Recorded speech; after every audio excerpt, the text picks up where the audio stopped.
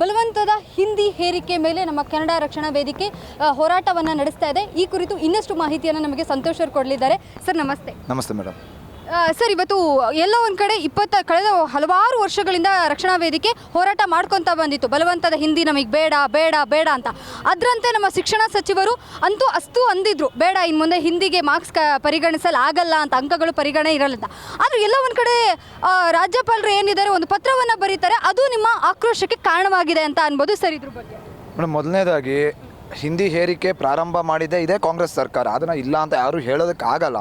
ಹೌದು, ಏನು ಭಾರತ ಸ್ವತಂತ್ರಗೊಂಡ ನಂತರ ಏನು ರಾಜ್ಯಗಳ ಆಧಾರದ ಭಾಷೆಗಳ ಆಧಾರದ ಮೇಲೆ ರಾಜ್ಯ ವಿಂಗಡಣೆ ಆಯಿತು, ಐಕ್ಯತೆ ಆಯಿತು, ಆ ಸಂದರ್ಭದಲ್ಲಿ ಹಿಂದಿಯನ್ನು ಸ್ವತಂತ್ರ ಪೂರ್ವಕ್ಕೂ ಮುಂಚೆಯಿಂದಲೇ ಹಿಂದಿಯನ್ನು ಒತ್ತಾಯಪೂರ್ವಕವಾಗಿ ಹೇರಲಿಕ್ಕೆ ಹೊರಟವರು ಇದೇ ಕಾಂಗ್ರೆಸ್ಸಿಗರು, ಅದರಲ್ಲಿ ಎರಡನೇ ಮಾತಿಲ್ಲ. ಆದರೆ ಇವತ್ತು ಅದೇ ಕಾಂಗ್ರೆಸ್ಸಿಗರು ಎಲ್ಲೋ ಕನ್ನಡದ ಮಕ್ಕಳ ನೋವನ್ನು ನೋಡಿ ಹಿಂದಿ ಅನ್ನೋ ಒಂದು ಪಡಂಭೂತ ಏನು ಕನ್ನಡದ ಮಕ್ಕಳ ಬೆನ್ನಿಗೇರಿತ್ತು ಅದನ್ನು ಬಿಡಿಸಬೇಕು ಅಂತ ಹೇಳಿ ಅದೇ ಕಾಂಗ್ರೆಸ್ಸಿಗರ ಮುಂದೆ ಬಂದಾಗ ಈ BJPಯ ನಾಯಕರು ಯಾಕೆ ಅಡ್ಡಿಗಾಲಾಗ್ತಾ ಇದ್ದಾರೆ ಅನ್ನೋದು ಗೊತ್ತಾಗ್ತಾ ಇಲ್ಲ. ಹಾಗೆ ರಾಜ್ಯಪಾಲರು ಇವತ್ತು ಕನ್ನಡಿಗರ ಹಿತಾಸಕ್ತಿ ಕಾಯಲಿಕ್ಕೆ ಈ ರಾಜ್ಯದ ರಾಜ್ಯಪಾಲರಾಗಿದ್ದಾರೋ ಅಥವಾ ಹಿಂದಿ ಸಾಮ್ರಾಜ್ಯಶಾಹಿ ರಾಜ್ಯವನ್ನು ಸೃಷ್ಟಿ ಮಾಡಬೇಕು ಅಂತ ಹೇಳಿ ಈ ರಾಜ್ಯಕ್ಕೆ ಬಂದಿದ್ದಾರೋ ಗೊತ್ತಿಲ್ಲ. ಇವತ್ತು ರಾಜ್ಯಪಾಲರಿಗೆ ಯಾವುದೇ ರೀತಿಯಾದ ಮಾನ್ಯತೆ ಇಲ್ಲ. ಯಾಕೆಂದರೆ ಅವರು ಜನರಿಂದ ಚುನಾಯಿತಿಯಾಗಿ ಆಯ್ಕೆಯಾದಂಥ ವ್ಯಕ್ತಿ ಅಲ್ಲ. ಅವರು ರಾಜಕಾರಣಿಗಳಿಂದ, ಕೇಂದ್ರ ಸರ್ಕಾರದಿಂದ ಆಯ್ಕೆಯಾಗಿ ಬಂದಂಥವ್ರು. ಅವರ ಮೂಲ ನಿಯಮ ಏನು, ಸಂವಿಧಾನದ ಬದ್ಧವಾಗಿ ನೋಡೋದಾದರೆ ಅವ್ರು ಯಾವ ರಾಜ್ಯದಲ್ಲಿರ್ತಾರೆ ಆ ಸ್ಥಳೀಯ ಭಾಷೆಗೆ ಗೌರವ ಕೊಡಬೇಕು, ಆ ಜನರನ್ನು ಪ್ರೀತಿಸಬೇಕು, ಆ ಜನರನ್ನು ಯಾವುದೇ ರೀತಿಯಾದ ತಾರತಮ್ಯ ಇಲ್ಲದೆ ಕಾಪಾಡ್ಕೋಬೇಕು ಅನ್ನೋ ಒಂದು ನಿಟ್ಟಿನಲ್ಲಿ ಆಯ್ಕೆಯಾದಂಥ ರಾಜ್ಯಪಾಲರು ಇವತ್ತು ಕನ್ನಡಿಗರನ್ನು ಇಷ್ಟರ ಮಟ್ಟಿಗೆ ವಿರೋಧಿಸ್ತಾರೆ, ಹಿಂದಿಯನ್ನು ಇಷ್ಟರ ಮಟ್ಟಿಗೆ ಪ್ರೀತಿಸ್ತಾರೆ. ಅಂದರೆ ಹೋಗಿ ನಿಮ್ಮ ಹಿಂದಿ ರಾಜ್ಯಗಳಿಗೆ ಹೋಗಿ. ಇವತ್ತು ಗುಜರಾತ್ನಲ್ಲಿ ಮಾನ್ಯ ಪ್ರಧಾನಮಂತ್ರಿಗಳು ನರೇಂದ್ರ ಮೋದಿ ಅವರ ರಾಜ್ಯನೇ ಗುಜರಾತು, ಅಲ್ಲೇ ಇವತ್ತು ಹಿಂದಿ ಕಲಿಕೆ ನಡೀತಾ ಇಲ್ಲ. ಯಾವ ಬಾಯಲ್ಲಿ ಈ BJPಗರು ನಮ್ಮನ್ನ ದೇಶದ್ರೋಹಿಗಳು ಅಂತ ಹೇಳ್ತಾರಲ್ಲ, ಅದೇ BJPಗರ ಐಕಾನ್ ಅಂತ ಹೇಳ್ಕೊಳ್ತಾರಲ್ಲ ನರೇಂದ್ರ ಮೋದಿ ಅವರು, ಅವರ ರಾಜ್ಯದಲ್ಲೇ ಇವತ್ತು ಹಿಂದಿ ಇಲ್ವಲ್ಲ. ಹಾಗೆ ಅವ್ರದ್ದೇ ಸರ್ಕಾರ ಅವ್ರದ್ದೇ ಪಕ್ಷ ಅಧಿಕಾರದಲ್ಲಿರೋದು ಮಹಾರಾಷ್ಟ್ರದಲ್ಲಿ, ಅವ್ರದ್ದೇ ಪಕ್ಷ ಅಧಿಕಾರದಲ್ಲಿರೋ ಮಹಾರಾಷ್ಟ್ರದಲ್ಲಿ ಮೊನ್ನೆ ತಾನೇ ಅವ್ರದ್ದೇ ಪಕ್ಷ ದ್ವಿಭಾಷಾ ನೀತಿ ತಂತು ಹಿಂದಿ ತೆರವು ಮಾಡ್ತು. ಹಾಗೆಲ್ಲ ಹೋಗಿದ್ರು ಈ BJPಯ ನಾಯಕರು. ಅವಾಗ ಯಾಕೆ ಇವರು ಮೌನವಾಗಿ ಕೂತಿದ್ರು ಅನ್ನೋದು ಅರ್ಥ ಆಗ್ತಾ ಇಲ್ಲ. ಏನಾದರೂ ಆಗಲಿ, ಒಟ್ಟಿನಲ್ಲಿ ನಾವು ನೇರವಾಗಿ ಹೇಳೋದು ರಾಜ್ಯಪಾಲರಿಗೆ, ನಿಮಗೆ ಕನ್ನಡ ಬೇಡ ಅನ್ನೋದಾದರೆ ಕರ್ನಾಟಕ ಬಿಟ್ಟು ತೊಲಗಿ. ಸರ್, ಎಲ್ಲೋ ಒಂದು ಕಡೆ ಈಗ ಇತ್ತೀಚೆಗೆ ನಾವು ನೋಡ್ತಾ ಹೋದಾಗ ಉತ್ತರ ಭಾರತದ ರಾಜ್ಯಗಳಲ್ಲಿ ಅವರ ಮಾನ್ಯತೆಗೆ ಕೊಡ್ತಾರೆ, ಸರ್ಕಾರ ಇಲ್ಲ ಅಂದರೂ ಅವರಿಗೆ ದ್ವಿಭಾಷಾ ಕೊಡ್ತಾರೆ, ಅವರ ಹಿಂದಿ ಹೇರಿಕೆ ಮಾಡಲ್ಲ. ಆದರೆ ಯಾಕೆ ಪ್ರತಿ ಸಲ ಕನ್ನಡಿಗರ ಮೇಲೇ ಹಿಂದಿ ಹೇರಿಕೆ? ಒಂದು ಹಿಂದಿ ಅನ್ನೋದು ಹೆಂಗಾಗಿದೆ ಅಂದರೆ ಒಂಥರ ಬೆಂಗಳೂರಲ್ಲಿ ವಾಸ ಮಾಡೋಕ್ಕೆ ಹಿಂದಿ ಕಂಪಲ್ಸರಿನಾ ಅನ್ನೋ ಥರ ಆಗಿದೆ ನನಗೆ. ಯಾಕಂದರೆ ತುಂಬ ಜನ ಊರ ಕಡೆ ಕೇಳ್ತಾ ಇರ್ತಾರೆ, ನಿಂಗೆ ಕನ್ನಡ ಒಂದೇ ಬರೋದಲ್ವಾ, ಹಿಂದಿ ಬರಲಿಲ್ಲ ಅನ್ನೋ ನಿಂಗೆ ಬೆಂಗಳೂರಲ್ಲಿ ನೀನು ಬದುಕ್ತಾ ಇದೆಯಲ್ಲ ಹೇಗೆ ಅಂತ.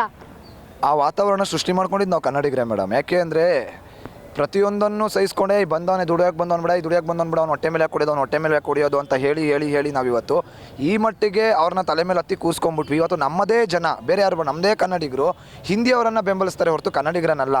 ನಾವೆಲ್ಲೋ ಹೋಗಿ ಹಿಂದಿ ಅವರ ವಿರುದ್ಧ ಹೋರಾಟ ಮಾಡ್ತಾ ಇದ್ರೆ ನಮ್ಮದೇ ಜನ ನಮ್ಮವ್ರನ್ನೇ ವಿರೋಧಿಸ್ತಾರೆ. ಎಲ್ಲೋ ಒಂದಷ್ಟು ನಾಡದ್ರೋಹಿಗಳು ಅನ್ನೋದು ಏನು ಅನ್ನೋದು ಗೊತ್ತಿಲ್ಲ. ಯಾಕಂದರೆ ನಮ್ಮ ಜನರನ್ನು ನಾವೇ ಈ ರೀತಿ ಕರೆಯೋದಕ್ಕೆ ನಮಗೂ ತುಂಬ ನೋವಾಗುತ್ತೆ. ಆದರೆ ಏನು ಮಾಡೋದು, ಎಲ್ಲೋ ನಮ್ಮ ಅಭಿಮಾನಿಯ ಶೂನ್ಯ ಕನ್ನಡಿಗರ ಒಂದು ವರ್ತನೆಯಿಂದ ಇವತ್ತು ಹಿಂದಿ ಈ ಮಟ್ಟಕ್ಕೆ ಬಂದಿದೆ. ಅದನ್ನು ಸಂಪೂರ್ಣವಾಗಿ ತೊಲಗಿಸ್ಬೇಕು ಅಂತೇಳಿ ಇವತ್ತು ಸರ್ಕಾರದ ಏನು ಆದೇಶ ಇದೆ, ಇದು ಬಹುಶಃ ದ್ವಿಭಾಷಾ ನೀತಿಗೆ ಮೊದಲನೇ ಹೆಜ್ಜೆ ಅಂತ ನಾವು ಅನ್ಕೋತೀವಿ. ಕೇವಲ ಹಿಂದಿಯನ್ನು ಗ್ರೇಡ್ ಮುಖಾಂತರ ಅಲ್ಲ, ಹಿಂದಿಯನ್ನು ತೆರವು ಮಾಡಬೇಕು, ದ್ವಿಭಾಷಾ ನೀತಿ ಜಾರಿ ಆಗಬೇಕು. ನೆಲ ರಾಜ್ಯ ತಮಿಳುನಾಡಲ್ಲೇ ನೋಡಿ ಇದೆಯಾ ಅಲ್ಲಿ ಹಿಂದಿ, ಮಹಾರಾಷ್ಟ್ರದಲ್ಲಿ ಇದೆಯಾ ಹಿಂದಿ? ಆಗಿದ್ದಾಗ ಕರ್ನಾಟಕದಲ್ಲಿ ಯಾಕೆ ಹಿಂದಿ ಬೇಕು ಅನ್ನೋದು ನಮ್ಮ ಪ್ರಶ್ನೆ.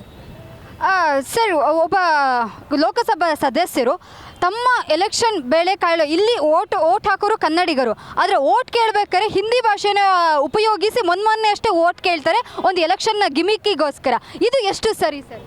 ಇಲ್ಲ, ಯಾರೇ ಆಗಿರಲಿ ಪಕ್ಷ ಭೇದ ಭಾವ ನಮಗಿಲ್ಲ. ಯಾಕೆಂದರೆ ಯಾವುದು ನಾನು ನೇರವಾಗಿ ಹೇಳ್ತೀನಿ ಮೇಡಮ್, ಯಾರಿವತ್ತು ಕನ್ನಡ ಹೋರಾಟಗಾರರನ್ನ ರಕ್ಷಣಾ ವೇದಿಕೆನ ಕಾಂಗಿಗಳು ಅಂತಾರೋ ಆ ಮುಟ್ಟಾಳ್ರಿಗೆ ಹೇಳ್ತೀವಿ, ನನ್ನ ಮೇಲೆ 4 ಕೇಸ್ ಆಗಿದೆ.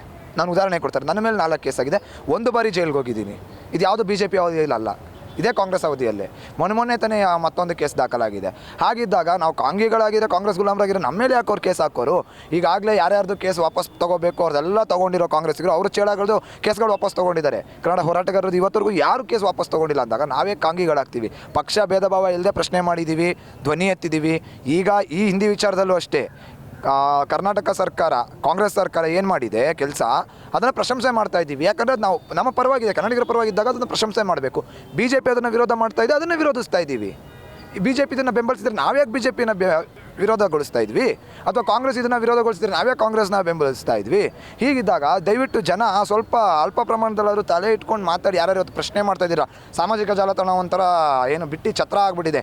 ಬೇಕಾದವನ್ನೆಲ್ಲ ಬೇಕಾಬಿಟ್ಟು ಕಮೆಂಟ್ ಮಾಡೋದು, ಮಾನಿಸ ಸರಿ ಬರೋ ಬೀದಿಲಿ ಹಿಡಿದು ಹೋರಾಟ ಮಾಡೋರು ಅಂದರೆ ಒಬ್ಬನ ಮಗ ಕಾಣಿಸಲ್ಲ. ಇದೇ ಉರ್ದು ಹೇರಿಕೆ ಅಂತಾರೆ. ಅದೇ ದಾವಣಗೆರೆಯಲ್ಲಿ ಅವ್ರು ಯಾರು ಡಾಕ್ಟರ್ ಪ್ರಭಾ ಮಲ್ಲಿಕಾರ್ಜುನ್ ಅವರು ಹಿಂದಿಯಲ್ಲಿ ಭಾಷಣ ಮಾಡಿದಾಗ ಅವ್ರ ವಿರುದ್ಧನೂ ಧ್ವನಿ ಎತ್ತಿದ್ವಿ. ಎಲ್ಲೋಗಿದ್ವಿ ಉರ್ದು ಹೇರಿಕೆ ಅಂತ ಹೇಳೋರೆಲ್ಲ ಹೋಗ ಹೌಸ್ಕೊಂಡ್ಬಿಟ್ಟಿದ್ದಾರೆ. ಯಾವಾಗ ಉರ್ದು ಹೇರಿಕೆ ಅಂತಾರೆ ನಾವು ಅದ್ರ ಬಗ್ಗೆ ಮಾತಾಡೋಕೆ ಹೋಗ್ತೀವಿ, ಅವಾಗ ಇವ್ರು ಯಾರು ಪತ್ತೆನೇ ಇರಲ್ಲ, ಎಲ್ಲ ನಾಪತ್ತೆಯಾಗಿ ಹೌಸ್ಕೊಂಡ್ಬಿಟ್ಟಿರ್ತಾರೆ. ಹಿಂದಿ ವಿಚಾರವಾಗಿ ಮಾತಾಡ್ತೀವಿ ಅಂದಾಗ ಎಲ್ಲವನ್ನು ಪ್ರತ್ಯಕ್ಷ ಆಗ್ಬಿಡ್ತಾನೆ. ಇದು ಎಲ್ಲೋ ಅನ್ಯಾಯ ಅನಿಸುತ್ತೆ. ಹಾಗೆ ಯಾವುದೇ ಪಕ್ಷದವರು ಪರಭಾಷೆಯಲ್ಲಿ ಚುನಾವಣೆ ಮಾಡ್ತೀರಾ, ಅದರ ಪ್ರಚಾರ ಮಾಡ್ತೀರಾ ಅಂದರೆ ದಯವಿಟ್ಟು ಆ ರಾಜ್ಯಕ್ಕೆ ತೊಲಗಿಬಿಡಿ. ನಿಮಗೆ ಈ ಕರ್ನಾಟಕದ ಆಡಳಿತ ಭಾಷೆ ಕನ್ನಡ ಅನ್ನೋ ಅರಿವೇ ಇಲ್ಲ ಅನ್ನೋದಾದರೆ ನಿಮ್ಗಳಿಗೆ ಯಾಕೆ ನಾವು ಕನ್ನಡದ ಜನ ಮತ ಹಾಕಬೇಕು ಅನ್ನೋದು ನಮ್ಮ ಪ್ರಶ್ನೆ. ಸರ್, ಇವಾಗ ಸಾಮಾಜಿಕ ಜಾಲತಾಣ ಅಂತಾಗ ನೆನಪಾಯಿತು. ಸೊ ನಿಮ್ಮ ಪರ್ಸ್ನಲ್ ಪೇಜ್ಗಳಿರ್ಬೋದು, ನೀವು ಕನ್ನಡ ಭಾಷೆ ಬಗ್ಗೆ ಯಾವಾಗಲೂ ಸಾಮಾಜಿಕ ಜಾಲತಾಣ ಮಾತಾಡ್ತಾ ಇರ್ತೀರಾ, ಭಾಷೆ ಬಗ್ಗೆ ಒಂದು ಅರಿವನ್ನು ಮೂಡಿಸ್ತಾ ಇರ್ತೀರಾ. ಆದರೂ ಕೂಡ ಕನ್ನಡದಲ್ಲೇ ಬರೆದು ಕಾಮೆಂಟ್ಗಳನ್ನು ಹಾಕ್ತಾರೆ ನಿಮ್ಮ ವಿರುದ್ಧ. ಅಂಥವ್ರಿಗೆ ಏನು ಹೇಳ್ತೀರಾ ಸರ್? ಮೇಡಮ್, ಅದೇ ಇವಾಗ ಬೀದಿಲಿ ಎರಡು ರೀತಿಯಾದ ನಾಯಿಗಳಿರ್ತವೆ. ಒಂದು ಬೊಗಳ ನಾಯಿ, ಇನ್ನೊಂದು ಕಚ್ಚ ನಾಯಿ. ಈ ಕಚ್ಚ ನಾಯಿಗೆ ನೀವು ಕಲ್ಲೊಡೆದಿದ ತಕ್ಷಣ ಅದ್ರ ಪಾಡ್ಗೆ ಅದು ಹೋಗ್ಬಿಡುತ್ತೆ. ಆದರೆ ಈ ಬೊಗಳ ನಾಯಿಗಳು ಹಂಗಲ್ಲ. ಒಂದ್ಸಲ ಕಲ್ಲೊಡಿರಿ ಅಷ್ಟು ದೂರ ಹೋಗುತ್ತೆ, ಮತ್ತೆ ಬೊಗಳುತ್ತೆ, ಮತ್ತೆ ಕಲ್ಲೊಡಿರಿ ಮತ್ತೆ ಅಷ್ಟು ದೂರ ಹೋಗುತ್ತೆ, ಮತ್ತೆ ಬೊಗಳುತ್ತೆ. ಅವಕ್ಕೆ ಬೊಗಳ ಕೆಲಸ ಬಿಟ್ಟು ಬೇರೆ ಇನ್ನೇನೂ ಬರಲ್ಲ. ಹಾಗೆ ಇವರು ಯಾರು ಇವತ್ತು ಕನ್ನಡ ಹೋರಾಟಗಾರರನ್ನ ವಿರೋಧಿಸಿ ಮಾತಾಡ್ತಾರಲ್ಲ, ಅವ್ರನ್ನೂ ನಾವು ಅದೇ ರೀತಿ ಬೊಗಳ ನಾಯಿಗಳು ಅಂತಲೇ ತಿಳ್ಕೊಂಡಿದ್ದೀವಿ. ನಮಗೆ ಅದರಿಂದ ಯಾವುದೇ ರೀತಿಯಾದ ಇಂಪ್ಯಾಕ್ಟ್ ಆಗಲ್ಲ. ಯಾಕೆ ಅಂದರೆ ಕನ್ನಡದ ಹೋರಾಟ ಮಾಡಲಿಕ್ಕೆ ಅಂತ ಬಂದವ್ರು ನಾವು. ಇದನ್ನೆಲ್ಲ ತಲೆಗೆ ಹಚ್ಕೊಂಡು ಕೂತ್ಕೊಂಡ್ರೆ ಕನ್ನಡದ ಕೆಲಸಗಳಾಗಲ್ಲ. ಹಾಗಾಗಿ ಇವೆಲ್ಲ ನಮ್ಗೆ ಯಾಟು ಕುಂಟು ಲೆಕ್ಕಕ್ಕಿಲ್ಲ ಮೇಡಮ್. ಸರ್, ಈ ಥರ ಹೋರಾಟಗಳನ್ನು ನೋಡಿದಾಗ ನನಗೆ ವೈಯಕ್ತಿಕವಾಗಿ ಅನಿಸೋದು, ನನ್ನ ಭಾಷೆ, ನನ್ನ ನೆಲ, ನನ್ನ ಜಲ. ಹೀಗಿರುವಾಗ ನನ್ನ ರಾಜ್ಯದಲ್ಲೇ ನಿಂತ್ಕೊಂಡು ನನ್ನ ಭಾಷೆಗೋಸ್ಕರ ನಾವು ಹೋರಾಟ ಮಾಡಬೇಕಾ, ನಮ್ಮ ಭಾಷೆ ಉಳಿಸ್ಕೊಳಕ್ಕೆ ನಾವು ಹೋರಾಟ ಮಾಡಬೇಕಾ ಅಂತ ಅನಿಸುತ್ತೆ.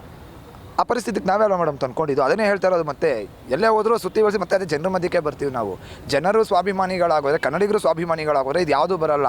ಎಲ್ಲೆಲ್ಲಿಂದನೋ ಬರೋ ಮಾರ್ವಾಡಿ ಒಬ್ಬ ಸಿಂಧಿ ಒಬ್ಬ ಗುಜರಾತಿ ಏನೂ ಇಲ್ಲದೆ ಇಲ್ಲಿಗೆ ಬರ್ತಾನೆ, ಕೋಟ್ಯಾಂತರ ರೂಪಾಯಿ ಲೂಟಿ ಮಾಡ್ಕೊಂಡಿರ್ತಾನೆ. ಅವನ್ನ ಯಾವತ್ತೂ ಯಾರು ನಮ್ಮ ಜನ ಪ್ರಶ್ನೆ ಮಾಡಲ್ಲ. ಅದೇ ಒಬ್ಬ ಹೋರಾಟಗಾರ ಒಂದಷ್ಟು ಚೆನ್ನಾಗಿ ಬಟ್ಟೆ ಹಾಕೊಂಡ್ಬಿಟ್ರೆ ಸಾಕು, ಇಲ್ಲದ ಕಾಮೆಂಟ್ಗಳು ಮಾಡೋದು. ಇವತ್ತು ನಾನು ಕೇಳ್ತೀನಿ, ಆಯ್ತಪ್ಪ ಕನ್ನಡ ಹೋರಾಟಗಾರರು ನೀವೆಲ್ಲರ ಪ್ರಕಾರ ಕನ್ನಡ ಹೋರಾಟಗಾರರು ರೋಲ್ಕಾಲ್ಗಳು ಅನ್ನೋದಾದರೆ, ಈ ದೇಶದ ಪ್ರಧಾನಮಂತ್ರಿಗಳು, ನಾನು ನೇರವಾಗಿ ಕೇಳ್ತೀನಿ, ಈ ದೇಶದ ಪ್ರಧಾನಮಂತ್ರಿಗಳು PM ರಿಲೀಫ್ ಫಂಡಿಂದ 10,000 ಕೋಟಿ ಹಗರಣ ಆಯ್ತಲ್ಲ, ಅದನ್ನೇನಂತೀರಿ? ಅದು ರೋಲ್ ಕಾಲ್ ಅಲ್ವಾ? ಎಲ್ಲೋಯ್ತು ಆ ದುಡ್ಡು? ಯಾಕೆ ಅದನ್ನು ಯಾರೂ ಪ್ರಶ್ನೆ ಮಾಡಲ್ಲ? ಇವತ್ತು ಕಾಂಗ್ರೆಸ್ ಸರ್ಕಾರ, ರಾಜ್ಯದಲ್ಲಿ ಕಾಂಗ್ರೆಸ್ ಸರ್ಕಾರ ಅಧಿಕಾರದಲ್ಲಿದೆ, ಮೂಢ ಹಗರಣ ಬಂತು. ಹೋಗಲಿ BJPಗೆ ಆಗಲಿ ಕಾಂಗ್ರೆಸ್ಗೆ ಆಗಲಿ ಅವರ ಪಾರ್ಟಿ ಫಂಡ್ ಬರುತ್ತಲ್ಲ, ಪಾರ್ಟಿ ಫಂಡ್ ಎಲ್ಲಿಂದ ಬರುತ್ತೆ, ಯಾರು ಕೊಡ್ತಾರೆ? ಅದು ರೋಲ್ ಕಾಲ್ ಅಲ್ವಾ? ಅದು ಟೋಕನ್ ಅಲ್ವಾ? ಅದನ್ನೆಲ್ಲ ಪ್ರಶ್ನೆ ಮಾಡೋಕ್ಕಾಗದೇ ಇರೋ ನೀವುಗಳು ಇವತ್ತು ಕನ್ನಡ ಹೋರಾಟಗಾರರನ್ನ, ಸರಿನಪ್ಪ ಆಯಿತು, ಒಬ್ಬ ಕನ್ನಡ ಹೋರಾಟಗಾರ ನಿಮ್ಮ ಪ್ರಕಾರ ಚೆನ್ನಾಗಿ ಬದುಕ್ತಾ, ತಪ್ಪೇನು? ಕರ್ನಾಟಕದಲ್ಲಿ ಕನ್ನಡಿಗರೇ ಚೆನ್ನಾಗಿ ಬದುಕಬಾರ್ದಾ, ಅಥವಾ ಕನ್ನಡ ಹೋರಾಟಗಾರರೇ ಚೆನ್ನಾಗಿ ಬದುಕಬಾರ್ದಾ? ಅಂಥ ಪರಿಸ್ಥಿತಿಯಲ್ಲಿ ಕನ್ನಡಿಗರು ಇರಬೇಕಾ? ನಾವು ಒಂದು ದೊಡ್ಡ ಕನಸನ್ನು ಇಟ್ಕೊಂಡಿದ್ದೀವಿ ಕನ್ನಡ ಹೋರಾಟಗಾರರು. ಏನಪ್ಪ ಅಂದರೆ ಪ್ರತಿಯೊಬ್ಬ ಕನ್ನಡಿಗ ಐಷಾರಾಮಿ ಜೀವನ ಸಾಗಿಸಬೇಕು, ಪ್ರತಿಯೊಬ್ಬ ಕನ್ನಡಿಗ ಅಪಾರ್ಟ್ಮೆಂಟ್ಗಳಲ್ಲಿ ವಾಸ ಮಾಡಬೇಕು, ಪ್ರತಿಯೊಬ್ಬ ಕನ್ನಡಿಗ ಐಷಾರಾಮಿ ಕಾರ್ಗಳಲ್ಲಿ ಓಡಾಡಬೇಕು ಅನ್ನೋಂಥ ಒಂದು ದೊಡ್ಡ ಕನಸನ್ನು ಕಟ್ಕೊಂಡಿರೋ ಹೋರಾಟಗಾರರು ಕನ್ನಡ ಹೋರಾಟಗಾರರು ನಾವು. ಇವತ್ತು ನೀವುಗಳು ನಮ್ಮನ್ನು ಈ ಥರ ಟೀಕೆ ಮಾಡ್ತಾ ಇರೋದನ್ನು ನೋಡಿದ್ರೆ ಎಲ್ಲೋ ಈ ಕನಸಾಗೆ ಉಳಿದು ಬಿಡುತ್ತಾ? ಅದಕ್ಕೆ ಕಾರಣ ನಮ್ಮ ಕನ್ನಡಿಗರೇ ಆಗೋಗ್ತಾರಾ? ನಮಗೆ ಹಿಂದಿ ಭಾಷಿಕರು ಭಯ ಇಲ್ಲ, ಪರಭಾಷಿಕರು ಭಯ ಇಲ್ಲ, ಉರ್ದು ಭಾಷಿಕರು ಭಯ ಇಲ್ಲ. ನಮಗೆ ಭಯ ಇರೋದು ಕನ್ನಡಿಗರ ಮೇಲೇ. ಕನ್ನಡ ನೆಲದಲ್ಲೇ ಹುಟ್ಟಿ ಕನ್ನಡವನ್ನೇ ವಿರೋಧಿಸೋ ಕನ್ನಡಿಗರು ಇದ್ದಾರಲ್ಲ, ಅಂಥವ್ರನ್ನ ನೋಡಿ ನಮಗೆ ಆತಂಕ ಆಗುತ್ತೆ.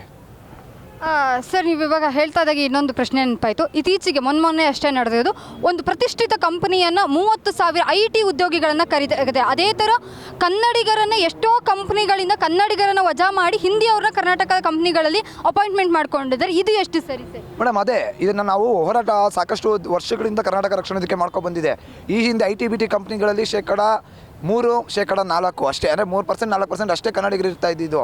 ಇದೇ ಅಣ್ಣ T. A. ನಾರಾಯಣಗೌಡರ ಕರ್ನಾಟಕ ರಕ್ಷಣಾ ವೇದಿಕೆ ಈ ಸಂದರ್ಭ ಬಿಡಿ, ಆ ಸಂದರ್ಭದಲ್ಲಿ ಮಾಡಿರೋ ಹೋರಾಟಗಳನ್ನ ನೆನೆಸ್ಕೊಂಡ್ಬಿಟ್ರೆ ಮೈ ಜುಮ್ ಅನ್ಬೇಕು. ಅಂಥ ಹೋರಾಟಗಳನ್ನು ನಮ್ಮ ಅಣ್ಣ T. A. ನಾರಾಯಣಗೌಡರ ನೇತೃತ್ವದಲ್ಲಿ ಅನೇಕ ಹಿರಿಯ ಕನ್ನಡ ಹೋರಾಟಗಾರರು ಮಾಡ್ಕೊಂಡು ಬಂದಿದ್ದಾರೆ, ಕರ್ವೆ ರಕ್ಷಣಾ ವೇದಿಕೆ ಕಾರ್ಯಕರ್ತರು ಮಾಡ್ಕೊಂಡು ಬಂದಿದ್ದಾರೆ. ಇವತ್ತು ಏನು ಕನಿಷ್ಠ 30%-40% ಕನ್ನಡಿಗರು ಏನಾದ್ರು IT-BT ಕಂಪ್ನಿ ಕೆಲಸ ಮಾಡ್ತಾ ಇದ್ದಾರೆ ಅಂದರೆ ಅದಕ್ಕೆ ಮುಖ್ಯ ಕಾರಣ ಅಣ್ಣ T. A. ನಾರಾಯಣಗೌಡರ ಕರ್ನಾಟಕ ರಕ್ಷಣಾ ವೇದಿಕೆ ಅನ್ನೋದನ್ನ ಮರಿಬೇಡಿ. ಇತ್ತೀಚೆಗೆ ಶುರು ಆಗಿರೋದೇನಪ್ಪ ಅಂದರೆ ಎಲ್ಲೆಲ್ಲಿಂದನೋ ಬಂದು ಈ UP ಬಿಹಾರ್ ಇಲ್ಲಿಂದ ಬಂದಂಥ ಜನ ಅಲ್ಲಿರೋ HR ಅಥವಾ ಮ್ಯಾನೇಜರ್ಗಳು ಮಾಡಿಬಿಡ್ತಾರೆ. ರಜಕ್ಕೆ ಒಂದು ವಾರ ಊರಿಗೆ ಹೋಗ್ತಾರೆ, ಅಲ್ಲಿಂದ ಬರ್ತಾ ಮತ್ತೊಂದು 10 ಜನರನ್ನು ಕರ್ಕೊಬಂದು ಅವ್ರವ್ರಿಗೆ ಕೆಲಸ ಕೊಡ್ತಾರೆ. ಇದನ್ನು ನಾವು ಪ್ರಶ್ನೆ ಮಾಡ್ಲಿಕ್ಕೆ ಹೋದರೆ ಏನು ಹೇಳ್ತಾರೆ, ಅಯ್ಯೋ ಬಿಡಪ್ಪ ದುಡ್ಕೊಂಡು ತಿನ್ನಕ್ಕೆ ಬಂದಿದ್ದಾರೆ, ಯಾಕೆ ಅವ್ರ ಹೊಟ್ಟೆ ಮೇಲೆ ಹೊಡಿತೀವಿ? ಹೇಳೋದು ಯಾರು? ನಮ್ಮದೇ ಜನ, ನಮ್ಮದೇ ಕನ್ನಡಿಗರು. ನಾವು ಯಾರಿಗೆ ಕೇಳ್ತಾ ಇದೀವಪ್ಪ ಕೆಲಸ? ನನಗೆ ಕೊಡು ಅಂತ ಕೇಳ್ತಾ ಇಲ್ಲ. ನಿನ್ನ ಮನೆ ಮಕ್ಕಳಿಗೆ ನಾನು ಕೆಲಸ ಕೇಳ್ತಾ ಇರೋದು, ನನ್ನ ಮನೆ ಮಕ್ಳಿಗೆ ನಾನು ಕೇಳ್ತಾ ಇಲ್ಲ. ಯಾಕೆಂದರೆ ಮುಂದೊಂದು ದಿನ ನಿನ್ನ ಮಗನಿಗೂ ಈ ಥರ ಕೆಲಸ ಆದಾಗ ನಿಮ್ಗೆ ಅವಾಗ ಅರ್ಥ ಆಗುತ್ತೆ ಯಾಕೆ ಕನ್ನಡ ಹೋರಾಟಗಾರರು ಬೀದಿಗೆ ಇಳಿದು ಪ್ರತಿ ಬಾರಿ ಇಷ್ಟು ಹೋರಾಟ ಮಾಡ್ತಾರೆ, ಇಷ್ಟು ಓಡಾಡ್ತಾರೆ. ನಮಗೇನು ಅನಿವಾರ್ಯನೇ ಇಲ್ಲ ಈ ಹೋರಾಟಗಳು. ನಮಗೆ ಹೋರಾಟ ಮಾಡೋ ಪ್ರತಿ ಬಾರಿ ಕೇಸ್ ಹಾಕ್ಸ್ಕೋತೀವಿ, ಜೈಲಿಗೆ ಹಟ್ತಾರೆ, ಪ್ರತಿ ತಿಂಗಳು ಹೋಗಿ ಕೋರ್ಟ್ ಕಟ್ಕಟ್ಟೆ ಹತ್ತುತ್ತೀವಿ. ನಮಗೇನಿದೆ? ನಮಗೂ ವೈಯಕ್ತಿಕ ಜೀವನ ಇದೆ, ನಮಗೂ ತಂದೆ ತಾಯಿ ಇದ್ದಾರೆ, ನಾವು ಕುಟುಂಬಸ್ಥರೇ ಸ್ವಾಮಿ, ನಾವೇನು ಗುಂಡ್ರು ಗೋಬಿಗಳಲ್ಲ. ನಮಗೂ ಕುಟುಂಬ ಇದೆ, ತುಂಬ ಕುಟುಂಬದಲ್ಲಿ ನಾನು ಬೆಳೆದಿರೋನು, ನನಗೂ ಅಪ್ಪ ಅಮ್ಮ, ಅಣ್ಣ ತಮ್ಮದಿರು, ಚಿಕ್ಕಮ್ಮ ಚಿಕ್ಕಪ್ಪದಿರು ಎಲ್ಲ ಒಂದು 12 ಜನ ನಾವು ಒಟ್ಟಿಗೆ ಕೂಡು ಕುಟುಂಬದಲ್ಲಿ ಇರೋರು. ನಮಗೆ ಹೆಂಗಾಗ್ಬೇಡ? ನನ್ನ ತಂದೆ ತಾಯಿ ಪ್ರತಿನಿತ್ಯ ನಾನು ಮನೆಗೆ ಹೋಗೋವರೆಗೂ ಜೀವ ಕೈಯಲ್ಲಿ ಹಿಡ್ಕೊಂಡು ಬದುಕ್ತಾ ಇರ್ತಾರೆ. ನನ್ನ ರಾಜ್ಯದಲ್ಲಿ ನನ್ನ ಭಾಷೆಗೋಸ್ಕರ ಹೋರಾಟ ಮಾಡ್ತಿದ್ದಾನೆ, ನಮ್ಮ ಅಪ್ಪ ಅಮ್ಮ ಉಸಿರನ್ನ ಕೈಯಲ್ಲಿ ಇಟ್ಕೊಂಡು ಓಡಾಡೋವಂಥ ಪರಿಸ್ಥಿತಿ ಯಾರು ಮಾಡ್ಕೊಂಡ್ರು? ಇದೇ ನಿರಾಭಿಮಾನಿ ಕನ್ನಡಿಗರು. Thank you so much sir.